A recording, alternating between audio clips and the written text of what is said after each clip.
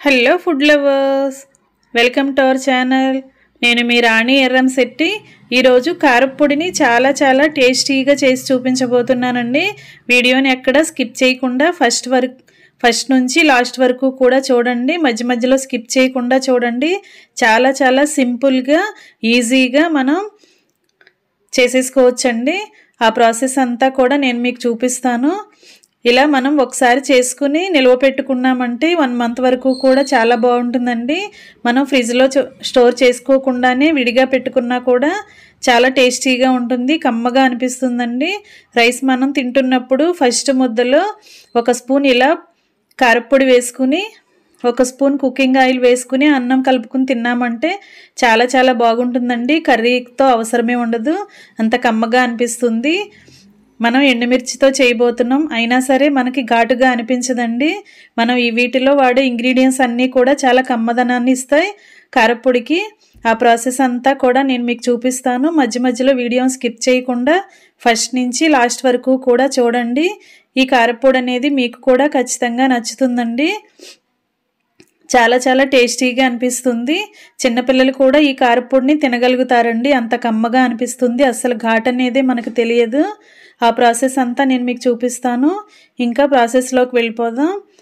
1/2 cup పల్లీలు, 1/2 cup మినుములు, 1/2 cup పచ్చిశనగపప్పు, 1/2 కప్పు ధనియాలు తీసుకోండి. కొంచెంగా చింతపండు తీసుకోండి. అలాగే జీలకర్ర, కొన్ని వెల్లుల్లి రెబ్బలు కూడా తీసుకోండి. ఇప్పుడు ఎండుమిర్చి తీసుకోండి, తొడిమెలు తీసుకుని. ఇప్పుడు కరివేపాకు కూడా కడుక్కున్న కరివేపాకు తీసుకోండి. ఇంకా కుకింగ్ ప్రాసెస్ స్టార్ట్ చేద్దాం. స్టవ్ వెలిగించుకొని కళాయి పెట్టుకుని 2 టేబుల్ స్పూన్లు ఆయిల్ పోసుకోండి. ఇప్పుడు మనం 1/2 కప్పు పల్లీలు పెట్టుకున్నాం కదా, వాటిని అలా వేసుకుని దోరగా ఫ్రై చేసుకుందామండి. కలర్ చేంజ్ అయ్యే వరకు చక్కగా ఫ్రై చేసుకుందాం. ఫ్లేమ్ని సిమ్లో పెట్టుకుని మాడనివ్వకుండా స్లోగా ఫ్రై చేసుకోవాలి. అలా కలర్ చేంజ్ అయిన తర్వాత కమ్మగా మనకి స్మెల్ అనేది వస్తుంది. అలా ఫ్రై అయిన తర్వాత తీసుకుని వేరే గిన్నెలో పెట్టేసుకుందాం.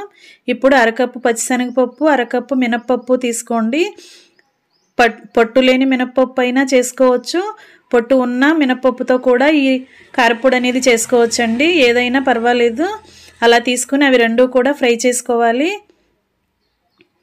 ఇలా పచ్చిశనగపప్పు పచ్చివాసన పోయే వరకు కూడా బాగా ఫ్రై చేసుకోవాలి.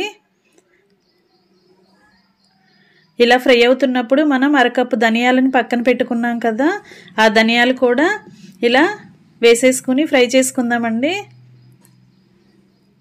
ధనియాలు కూడా మంచి కలర్ వచ్చే వరకు ఫ్రై చేసుకోవాలి. కమ్మగా స్మెల్ వచ్చే వరకు ఫ్రై చేసుకున్న తర్వాత జీలకర్ర, వెల్లుల్లి రెబ్బలు కూడా వేసుకోండి.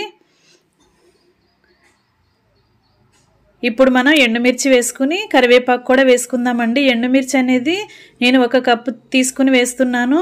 కారం ఘాటును బట్టి, మిర్చి ఘాటును బట్టి మీరు ఎండుమిర్చి క్వాంటిటీ అనేది చూసుకోండి.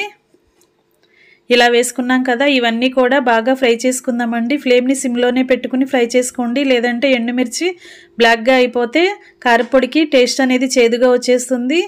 కరెక్ట్గా ఫ్రై అయిన తర్వాత స్టవ్ ఆఫ్ చేసేసుకుని మూత పెట్టుకుని ఒక 10 నిమిషాలు చల్లారి పెట్టుకుందామండి. బాగా చల్లారిన తర్వాత నేను మీకు చూపిస్తున్నాను.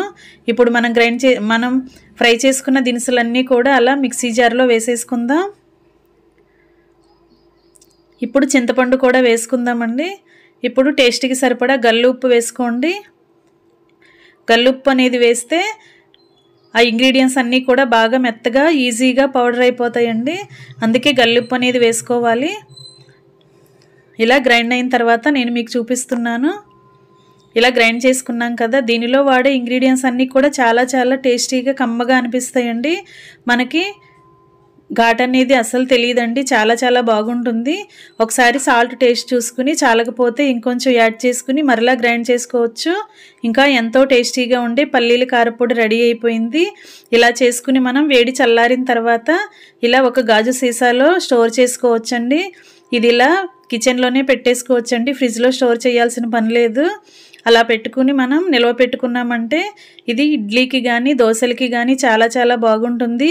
అంతకు మించి రైస్లోకి ఇంకా బాగుంటుందండి. మనం ఫస్ట్ ముద్దలో ఇలా 1 స్పూన్ కారప్పొడి, 1 స్పూన్ నెయ్యి కానీ ఆయిల్ కానీ వేసుకుని అలా కలుపుకుని తినొచ్చు. రోజు కూడా మనం చట్నీలు ప్రిపేర్ చేసుకోవాల్సిన అవసరమే లేకుండా ఇలా ఒకసారి కారపొడిని మనం స్టోర్ చేసుకుని పెట్టుకున్నామంటే ఎక్కువ రోజులు మనం వాడుకోవచ్చండి. మీకు వీడియో నచ్చినట్లయితే లైక్ చేయండి. అలాగే మీ ఫ్రెండ్స్కి ఫ్యామిలీ మెంబర్స్కి షేర్ చేయండి. నా వీడియోని ఫస్ట్ టైం వాచ్ చేస్తున్న వారైతే రన్ అవుతున్న వీడియో కింద రెడ్ కలర్ ఆప్షన్ టచ్ చేయండి. నా ఛానల్ని సబ్స్క్రైబ్ చేసినప్పుడు మాత్రమే నేను పెట్టబోయే రెసిపీస్ అన్నీ మీ ఫోన్కి నోటిఫికేషన్కి వస్తే ఓపెన్ చేసి చూడొచ్చు. Thanks for watching. నేను మీ రాణి ఎర్రంశెట్టి.